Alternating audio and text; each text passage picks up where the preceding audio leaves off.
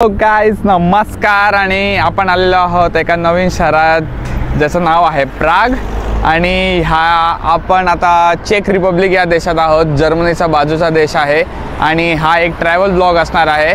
तर मी ह्या सांगत जाईन की ही सिटी कशी आहे, इथे खर्च किती होतो आणि इन जनरल काय कॉस्ट आहे, हॉस्टेलचं जेवणाचा कॉस्ट आणि सोवेनियर्स आणि अजून भरपूर काही। तर ब्लॉग शेवटपर्यंत पहा। मी इथे एक रात्र राहणार आहोत। आज आलो आहे आम्ही सकाळी, आज रात्र राहणार एका हॉस्टेलमध्ये आणि उद्या रात्री परत निघणार बसने। येताना एक फजिती झाली की निघालो आणि त्यानंतर बघितलं की सगळे बॅग्स आहेत का सर्वांकडे। तर एकाकडे एक बॅग नव्हतीच जी पूर्णपैकी कपड्यांची होती, जे इथे घालणार होता तो। पण काय आता खूप उशीर झालेला आणि त्यानंतर परत घरी जाऊन बॅग घेण्यात काय अर्थ नव्हता, कारण की बस सुटली असती। म्हणून आम्ही निघालो परत बॅग न घेता। मग इथे येऊन नवीन कपड्यांची खरेदी केली H&M मध्ये आणि बघू आता फिरू सिटी। आजचा दिवस बरा आहे वेदर वाईज, खूप ग्रे नाही आहे आणि खूप सनी पण नाही आहे, पण ओके फोटोज आणि व्हिडिओज छान येईल। हॉस्टेलवरून निघालेलो आहे आम्ही आणि हा इथला पहिला स्पॉट आहे द डान्सिंग हाऊस। ही इथली वाकडी तिकडी बिल्डिंग अशी। तर हे हॉस्टेल जवळच होतं म्हणून आम्ही पहिले इथे आलो। खूप सुंदर व्ह्यू आहे इथे।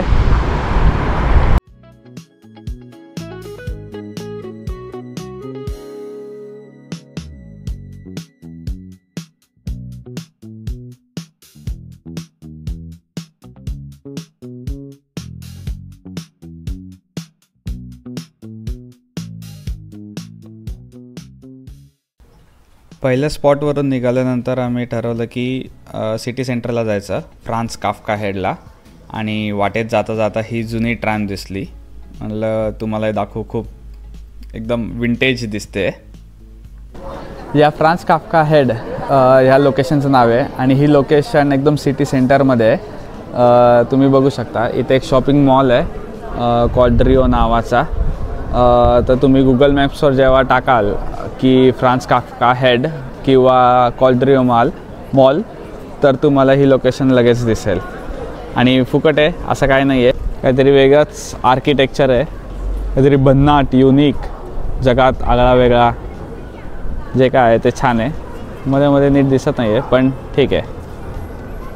ही इन्फॉर्मेशन लक्षात ठेवा की दर तासाच्या ठोकाला म्हणजे सकाळी 8 ते रात्री 9 ह्याचं डोकं हलतं आणि गोल फिरून परत जागेवर येतं। तर दर तासाला म्हणजे समजा 8 वाजता सुरू झालं सकाळी तर 8 ते 8:15 होतं, मग 9 ते 9:15, 10 ते 9:15 असे ह्याचं डोकं फिरतं याचे ना। आता कसं काय फिरतं काय माहीत नाही पण डोकं फिरतं। पोचलेलो आहे आम्ही आता चिमणी केक खायला। इथल्या भाषेत त्याला ट्रॉडलिंक असं म्हणतात, पण बघू आता तुम्हाला इथला व्ह्यू दाखवतो। मागे काहीतरी चायनावाल्यांचं आहे। Say hi, where are you from? Tunisia. Hi, I'm from India. Sorry? Nice to meet you. Okay, yeah, nice. India. Yeah, we love Tunisia. Yeah.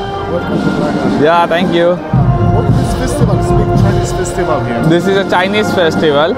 Okay, nice. I'm here to eat the trotling. Yeah. It's very sweet. Yes, I know. It's a big But yeah, let's see. Okay. Bye. Bye-bye. See you. Bye. तर इथे मी तरडीचनी किंवा चिमणी cake किंवा ट्रॉडलिंग खायला आलो आहे आणि इथे हे असं बनवतात।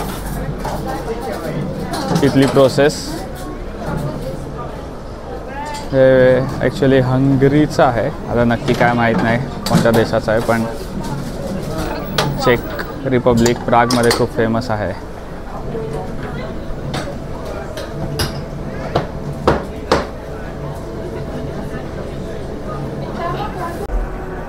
ट्रॉडलिंग किंवा ते चिमणी केक खाऊन झालेला आहे आणि आता आम्ही ओल्ड टाउन स्क्वेअर जिथे ॲस्ट्रॉनॉमिकल क्लॉक आहे तिथे जातो आहे। पण तिकडे जाता जाता आम्हाला इथे वाटेत एक लोकल मार्केट लागलं आहे आणि इथे भरपूर गोष्टी आहेत, सोविनियर आणि जिंजर ब्रेड वगैरे. हे जिंजर ब्रेड्स आहेत जे इथे खायचे. 100 क्राऊन म्हणजे 4 युरोला आहे. वेगवेगळे प्राईस आहेत खायला वगैरे. आणि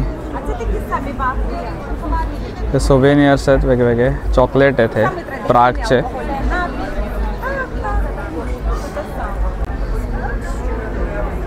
इकडे हे भाजी मार्केट सारखं आहे. फ्रूट्स वगैरे वेगवेगळी प्राईस आहे. काय इथली प्राईस पण कळत नाही मला तर. मग आता हे समजत नाही युरोमध्ये युरो आणि बाकीचे दुसरे कोणते कॅश का ॲक्सेप्ट केले जातात मला तर हे समजत नाही. जसं की आता चेक रिपब्लिकमध्ये चेक क्राउन्स अशा नावाची करन्सी आहे. युरो पण ॲक्सेप्ट होतं पण इथली स्पेसिफिक किंवा लोकल करन्सी चेक क्राउन्स. आणि भरपूर 99% व्यवहार चेक क्राउन्समध्ये होतात. तर जेव्हा तुम्ही कोणी याल तेव्हा चेक क्राउन्स घेऊन या. आणि नसाल तर 100% कार्डने पेमेंट होईल असंच बघा. तर बघू.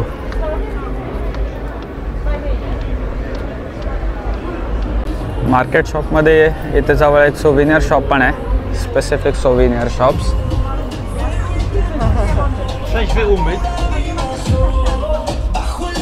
वेगवेगळे गोष्टी आहेत इथे.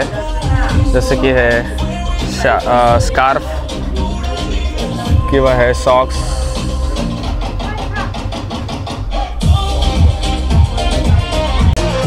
खूप जोरात म्युझिक लावलं आहे इथे.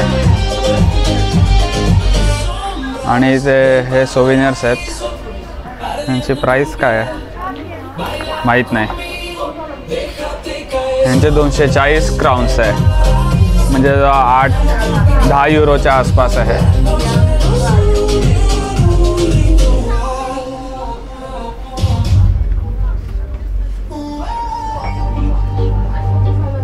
चांगले आहेत सोविनियर्स इथे.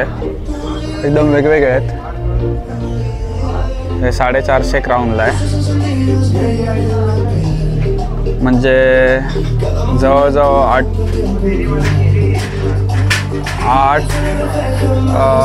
8-9 युरोला आहे. वेगवेगळे कप्स आहेत. इथे मी आहे.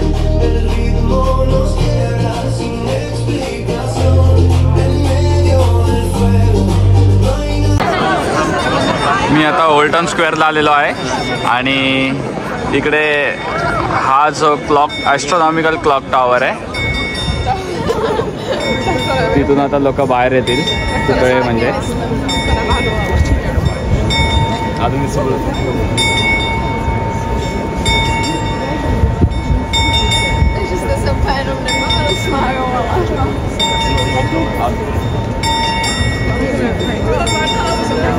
No, ja jsem už se ptala, no, já už jsem ptala prej nic, ale...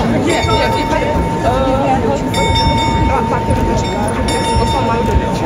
Jo, no, Ale já jsem o tom neříkal. jo. I guess बंद झालं एवढंच आहे. लोक टाळ्या वाजवतात तिथे 45 सेकंदाच्या शोसाठी.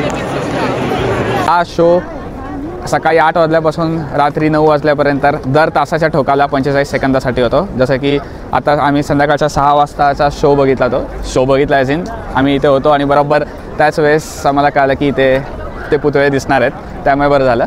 पण तुमच्या माहितीसाठी की जसं आम्ही फ्रान्स काफ्काला मिस केलं ते फ्रान्स काफ्काच्या डोकं फिरण्यासाठी पण हे मिस नाही झालं आणि तुम्ही पण मिस करू नका.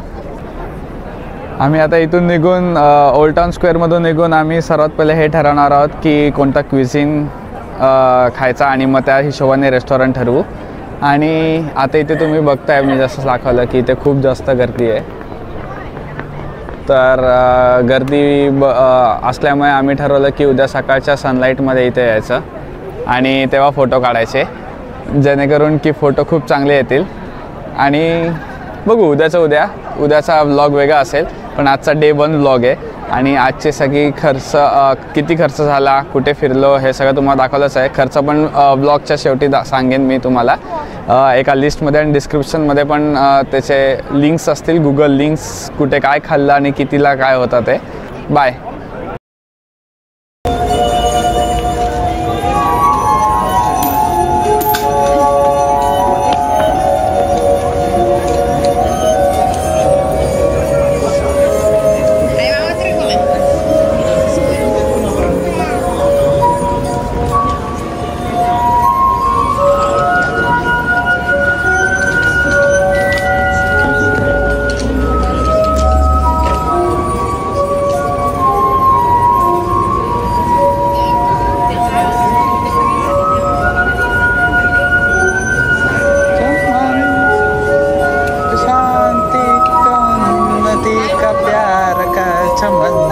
ते म्युझिक आहे थोड्या वेळासाठी, सांगतो मला.